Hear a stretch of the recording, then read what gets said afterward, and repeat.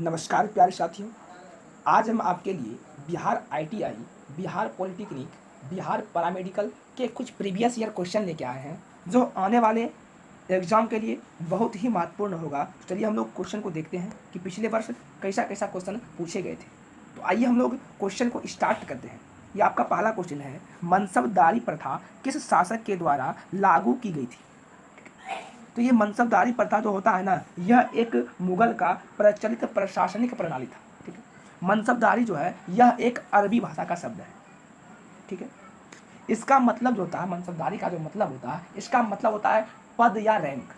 मान लिया जाए किसी सैनिक को कुछ पद दिया जाता है, कुछ रैंक दिया जाता है, उसी का मतलब होता है मनसबदारी प्रथा। तो मनसबदारी प्रथा की जो है खोज अकबर ने किया था। किसने किया था? अकबर ने किया था। इसका सही आंसर होगा आपका ऑप्शन सी। चलिए हम लोग अगले प्रश्न को देखते हैं।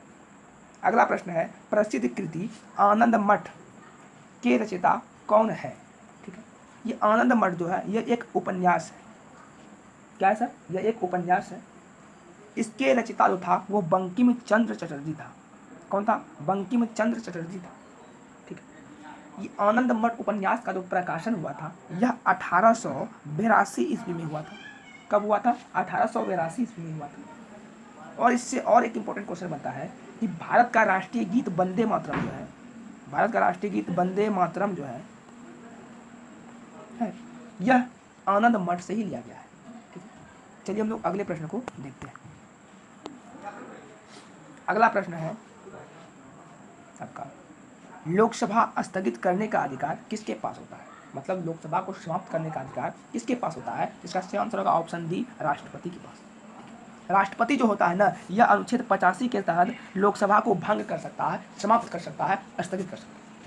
ठीक, चलिए हम लोग अगले प्रश्न को देखते हैं। अगला प्रश्न है, निम्नलिखित में से कौन भारत में सामाजिक और धार्मिक सुधार में सक्रियता से नहीं जुड़े थे? ठीक है, ये जो आप देख रहे हैं पहला ऑप्शन, राजा राम मोहन राय, ये भी जुड़े थे। पंडित ईश्वर चंद्र विद्यासागर भी जुड़े थे। ज्योतिबा फूले भी जुड़े थे। बाकी आपका ऑप्शन डी जो है भारतेंदु हरिश्चंद्र, ये नहीं जुड़े थे।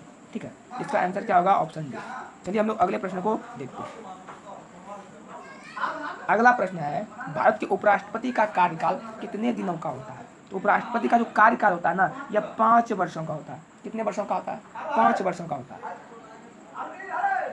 चलिए हम लोग अगले प्रश्न को देखते हैं। आपका अगला प्रश्न है, स्वतंत्रता के बाद रियासतों का भारत संघ एकीकरण करने के लिए कौन जिम्मेवार था? इसका सही आंसर आपका होगा ऑप्शन सी, सरदार भाई पटेल को ही भारतीय रियासतों का एकीकरण का जिम्मेवारी दिया गया था। चलिए हम लोग अगले प्रश्न को देखते हैं। अगर आपसे क्वेश्चन पूछ दे कि बताइए भारत में लौह पुरुष के नाम से किसे जाना जाता है, तो आपका होगा सरदार वल्लभ भाई पटेल। चलिए हम लोग अगले प्रश्न को देखते हैं। देखिए आपका अगला प्रश्न क्या है। अगला प्रश्न है आपका, ओलंपिक खेल में एकल वर्ग में स्वर्ण पदक जीतने वाले प्रथम भारतीय कौन थे? इसका सही आंसर होगा अभिनव बिंद्रा। इन्होंने सबसे अधिक बार स्वर्ण पदक लाया है। ठीक है, अगले प्रश्न की ओर बढ़ते हैं। अगला प्रश्न देखिए आपका क्या है। अगला प्रश्न आपका है, वातावरण में सबसे गर्म परत, वातावरण में एटमॉस्फेयर की सबसे गर्म परत कौन सी है? इसका सही आंसर होगा थर्मोस्फेयर। इसी को हम लोग आयनोस्फेयर भी कहते हैं, इसी को हम लोग आयन मंडल भी कहते हैं। ठीक है, आयन मंडल में ही आपका रेडियो तरंगे को छोड़ी जाती है। कौन छोड़ी जाती है? आयन मंडल। और आयन मंडल जो होता है यही ही दूर संचार उपग्रह भी छोड़ जाते हैं। ठीक है, चलिए हम लोग अगले प्रश्न को देखते हैं। आपका अगला प्रश्न है, टिहरी बांध किस नदी पर बना है? टिहरी बांध जो है यह भारत का सबसे ऊंचा बांध है। ठीक है, टिहरी बांध जो आपका है यह भारत का सबसे ऊंचा बांध है ना। वही पूछ रहा है ये किस नदी पर बना है, तो टिहरी बांध आपका भागीरथी नदी पर बना है। कहाँ बना है? तो बोलेंगे सर हमको उन लोग उत्तराखंड में। यह बांध जो आपका है उत्तराखंड में है, भागीरथी नदी पर बना है। अगर पूछे कि टिहरी बांध किस 2 नदी के संगम पर बना है, यह आपका इस वर्ष का बिहार एसआई में पूछा गया था कि टिहरी बांध किस नदी पर बना गया, किस नदी के संगम पर है? तो आपको बोलना था भिलांगना और भागीरथी के संगम। भिलांगना और भागीरथी के संगम पर ही टिहरी बांध बना हुआ।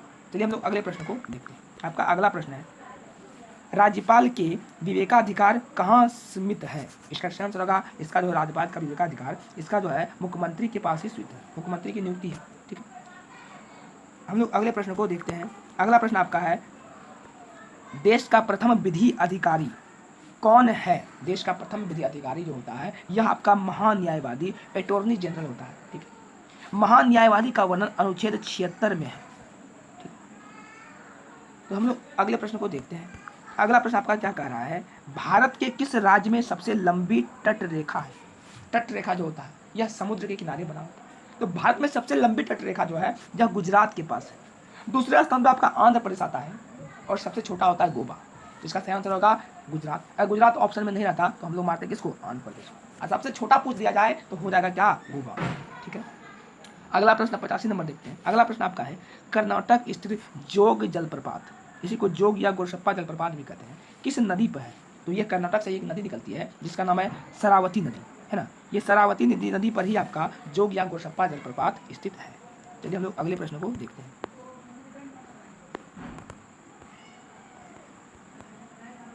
अगला प्रश्न देखिए क्या कह रहा है सर, प्रसिद्ध लेगून झील चिल्का झील किस राज्य में है? ठीक, चिल्का झील जो है आपका ये उड़ीसा राज्य में स्थित है। किस राज्य में है? चिल्का झील उड़ीसा में स्थित है। अगर बोल दे कि बताइए वुलर झील कहाँ पे है? वुलर झील जो है यह कहाँ पे है? तो ये आपका हो जाएगा सर जम्मू कश्मीर में, है ना। वुलर झील जो है यह मीठे पानी का सबसे बड़ा झील है जो जम्मू कश्मीर में स्थित है। अगला प्रश्न को हम लोग देखते हैं। अगला प्रश्न है राज्यसभा, अगला प्रश्न क्या है? अगला प्रश्न है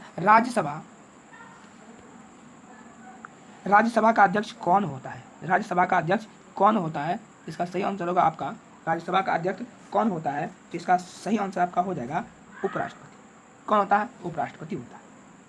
ठीक, हम लोग अगला प्रश्न को देखते हैं। अगला प्रश्न क्या कह रहा है, भारत में हरित क्रांति की शुरुआत कब हुई थी? भारत में जो हरित क्रांति है इसकी शुरुआत जो है 1967 से 1968 में हुआ था। कब हुआ था? 1967 से 1968 में। चलिए हम लोग अगले प्रश्न को देखते हैं। निम्नलिखित में से कौन सा कण बच जाता है जब हाइड्रोजन परमाणु अपने इलेक्ट्रॉन को खो देता है? इसका सही आंसर होगा, जब हाइड्रोजन परमाणु अपने इलेक्ट्रॉन को खत्म कर देता है, समाप्त कर देता है, खो देता है, तो इसके पास एक प्रोटॉन बच जाते हैं। कितने प्रोटॉन? एक प्रोटॉन बच जाते हैं। चलिए हम अगले प्रश्न को देखते हैं। वाईफाई का क्या अर्थ है?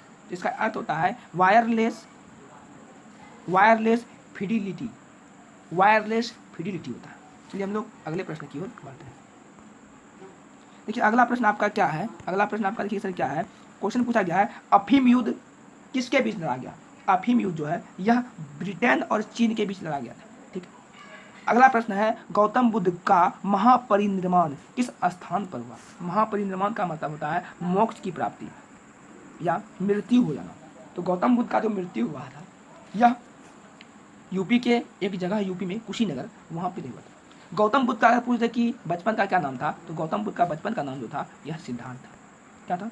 सिद्धार्थ। अगर पूछे कि गौतम बुद्ध का जन्म कहाँ हुआ था, तो गौतम बुद्ध का जन्म हुआ था लुम्बिनी, नेपाल में हुआ था। कहाँ हुआ था? लुम्बिनी, नेपाल में हुआ था। ठीक, अगर पूछे कि गौतम बुद्ध का पिता का क्या नाम था, तो इसका पिता का नाम शुद्धोधन था।